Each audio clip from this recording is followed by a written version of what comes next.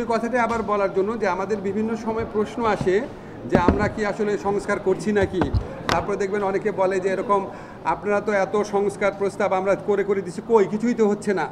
দেখবেন আপনি বিভিন্ন সময় বলা হচ্ছে। তো আমি এই জিনিসটা আপনাদেরকে একটু বলতে চাচ্ছিলাম, দেখেন আমাদের যখন সংস্কার প্রস্তাবগুলো যখন বিভিন্ন কমিশনের মাধ্যমে এসছে, তখন আমরা আশু বাস্তবায়নযোগ্য যে সংস্কার আছে, প্রায় শতাধিক আশু বাস্তবায়ন সংস্কার আমরা আইডেন্টিফাই করেছি।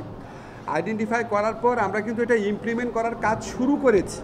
যেমন আপনারা আজকে সেমিনারে দেখেছেন, আমরা বলেছি আমরা সিপিসির অ্যামেন্ডমেন্ট করেছি, আমরা সাইবার সুরক্ষা আইনের অ্যামেন্ডমেন্ট করেছি, আমরা আপনার নারী ও শিশু নির্যাতন দমন আইন করেছি, আমরা পাওয়ার অফ অ্যাটর্নির ক্ষেত্রে বিধান চেঞ্জ করেছি, আমরা জুডিশিয়াল সার্ভিসে নিয়োগের বিধিমালা যে সেটা চেঞ্জ করতে যাচ্ছি, আমরা খুব অচিরেই লিগাল এইড সার্ভিস অ্যাক্ট আছে এবং সিআরপিসি আপনারা আজকে শুনলেন সেটা করতে যাচ্ছি। গুম আইনের উপর 2টা কনসালটেশন হয়েছে। এই যে কয়েকটা আইনের কথা বললাম, এগুলি কিন্তু আগামী 1 মাসের মধ্যে সম্পন্ন হয়ে যাবে। সো আমাদের অন্যান্য যারা মিনিস্ট্রি আছে, যেমন ধরেন আপনার স্বরাষ্ট্র মন্ত্রণালয়, তারা আপনার ইন্টারনাল একটা অ্যাকাউন্টেবিলিটি মেকানিজম করার জন্য আইনের পরিবর্তন করছেন। পুলিশের ভেতর অ্যাকাউন্টেবিলিটি মেকানিজম, পুলিশের তদন্ত শুধু পুলিশ করবে না, অন্য কেউ করবে, ইন্ডিপেন্ডেন্ট বডি। পুলিশে যারা কর্মরত আছেন তাদের নিয়ে একটা ইন্ডিপেন্ডেন্ট ইনভেস্টিগেশন সার্ভিস করার প্রচেষ্টা ওনার হাতে নিয়েছেন, করবেন। আমাদের অর্থ মন্ত্রণালয়ের পক্ষ থেকে কিছু আইনগত সংস্কার করা হয়েছে। তো আমাদের সংস্কার প্রক্রিয়া কিন্তু অলরেডি শুরু হয়ে গেছে। কিন্তু যেই সমস্ত সংস্কারের ক্ষেত্রে রাজনৈতিক দলের ঐক্যমত্য প্রয়োজন, প্রধানত সংবিধান পরিবর্তন বিষয়ক, সেই সমস্ত ক্ষেত্রে আমরা ওয়েট করছি। জুলাই চার্টার সম্পন্ন হয়ে গেলে, যেটা আমরা আশা করি জুলাই মাসে হয়ে যাবে, সেটার ভিত্তিতে আমরা সেই ধরনের বড় ধরনের সংস্কার বা সংবিধানের সাথে ইনভলভ আছে সেই ধরনের সংস্কার আমরা করতে পারবো বলে আশা করি। তো আমাদের কাছে মনে হয়েছে যে আজকে এই সমাজে সংস্কারের যে প্রত্যাশা আছে বা সংস্কারের যে চাপ আছে, সেটার তুলনায় আমাদের যে তত্ত্বাবধায়ক, আমাদের অন্তর্বর্তীকালীন যে সময়সীমা, আমাদের যে মানে সরকার কাঠামো, এটা খুব যথোপযুক্ত না। আমাদেরকে অনেক বেশি পরিশ্রম করে কাজটা করতে হচ্ছে। তা আমরা চেষ্টা করছি। আমাদের সমস্ত সংস্কারের একটাই উদ্দেশ্য আছে, সেটা হচ্ছে আমরা এখানে সুশাসন প্রতিষ্ঠা করতে চাই, রুল অফ ল প্রতিষ্ঠা করতে চাই। শাসকরা যেন অত্যাচারী হয়ে মানুষের জীবন বিপন্ন করে না দিতে পারে, মানুষ যেন মামলার জটে পড়ে সর্বশান্ত না হয়, মানুষ যেন আপনার একটা ডিফাইন্ড লিগ্যাল সিস্টেমে থাকতে পারে এবং উচ্চ নাগরিক সুবিধা ভোগ করার ক্ষেত্রে তার ব্যক্তি স্বাধীনতা যেন কম্প্রোমাইজ না হয়। এই সমস্ত লক্ষ্যে আমরা কাজ করে যাচ্ছি। এটাই আপনাদের জানানোর জন্য। তা আমাকে অনেক সময় আপনার কালকেও যখন রাজনৈতিক দলগুলোর সাথে বলছিলাম, বলে আপনারা এইসব সংস্কার করছেন, এগুলি প্রচার করছেন না কেন? তো আমরা তো ওগুলি বলি আলাদাভাবে। প্রত্যেকটা আইনের যখন আমরা এখানে সেমিনার করি, আপনারা তো সবাই কভার করেন। কাজে আমরা যদি যে সমস্ত কাজ হয়েছে সেগুলির দিকে লক্ষ্য রাখি, তাহলে আমাদের হতাশাটা কমবে এবং সবাই মিলে ভালোভাবে কাজ করার পরিবেশটা আরও উন্নত হবে।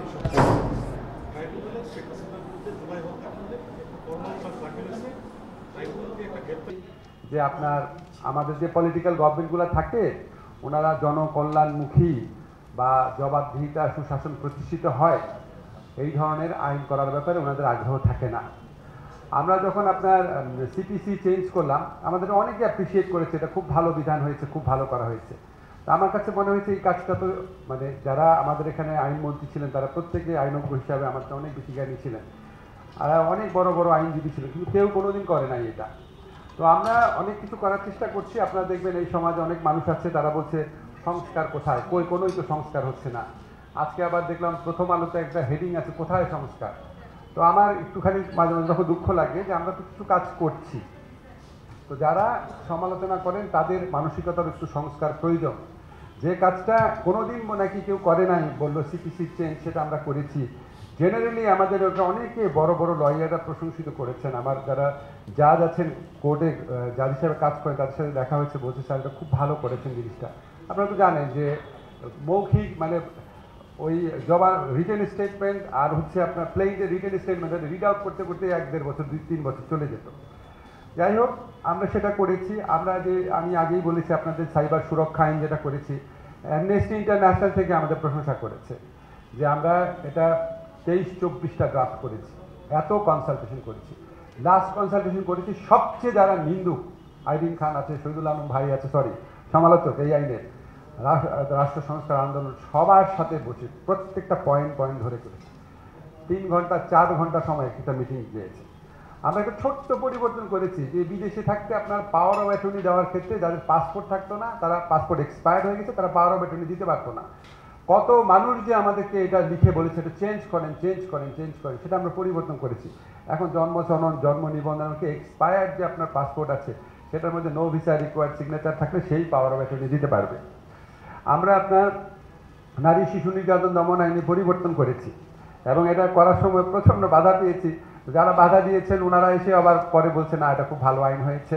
এবং আমি খুব অবাক হয়ে দেখেছি অনেক খুব সুশিক্ষিত মানুষ তারা বলছে আপনার বিবাহের প্রলোভনে ধর্ষণ একটা নতুন আপনার অপরাধের কেন জন্ম দিচ্ছি না। এই আশ্চর্য ব্যাপার, এই অপরাধটা তো ছিল ম্যাক্সিমাম আমরা তো এই অভিযোগেই হতো, সেটা যে প্রতারণার জায়গায় ছিল, সেটা শাস্তি ছিল মৃত্যুদণ্ড, সেটাকে আমরা আলাদা করে ফেলেছি।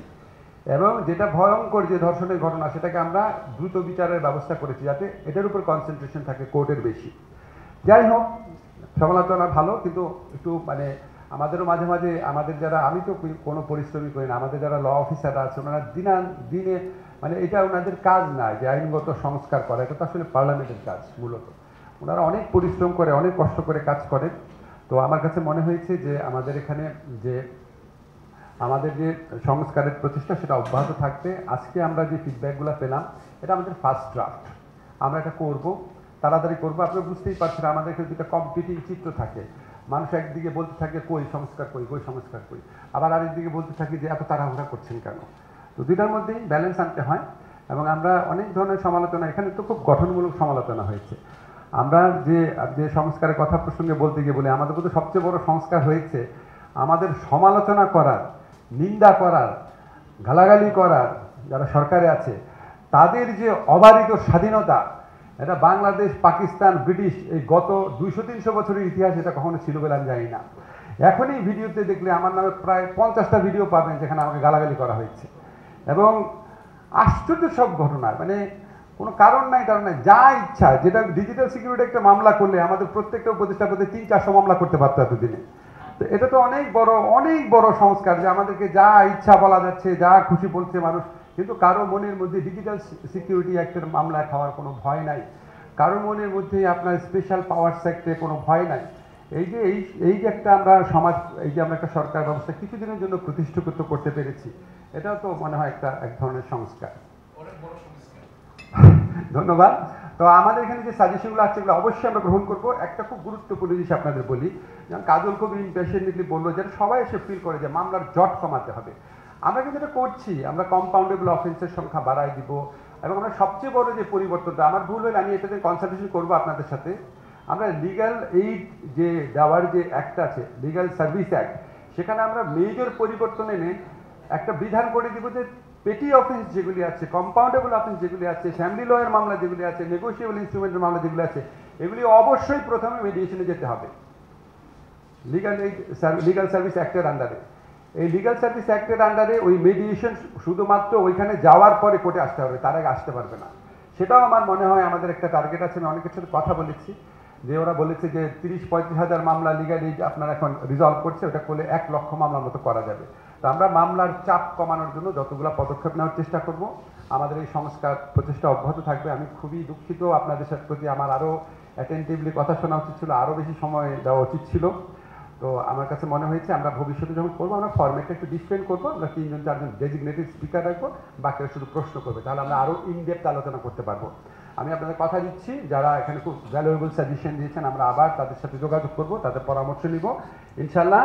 আমরা চলে যাওয়ার আগে একটাই আকাঙ্ক্ষা আছে আমার, আমি যে দায়িত্বটা পেয়েছি, আমরা এমন একটা আইন এবং বিচার ব্যবস্থা এমন একটা উন্নতি করতে চাই যে ভবিষ্যতে কোনো শাসক যদি অত্যাচারী হয়ে উঠে বা রুল অফ ল লঙ্ঘন করতে চায় বা স্বেচ্ছাচারিতা করতে চায়, তাদের জন্য কাজটা যেন যতটা সম্ভব কঠিন করে যেতে পারি, সেটা আমাদের জন্য দোয়া করবেন, এটাই আমাদের একমাত্র প্রত্যাশা।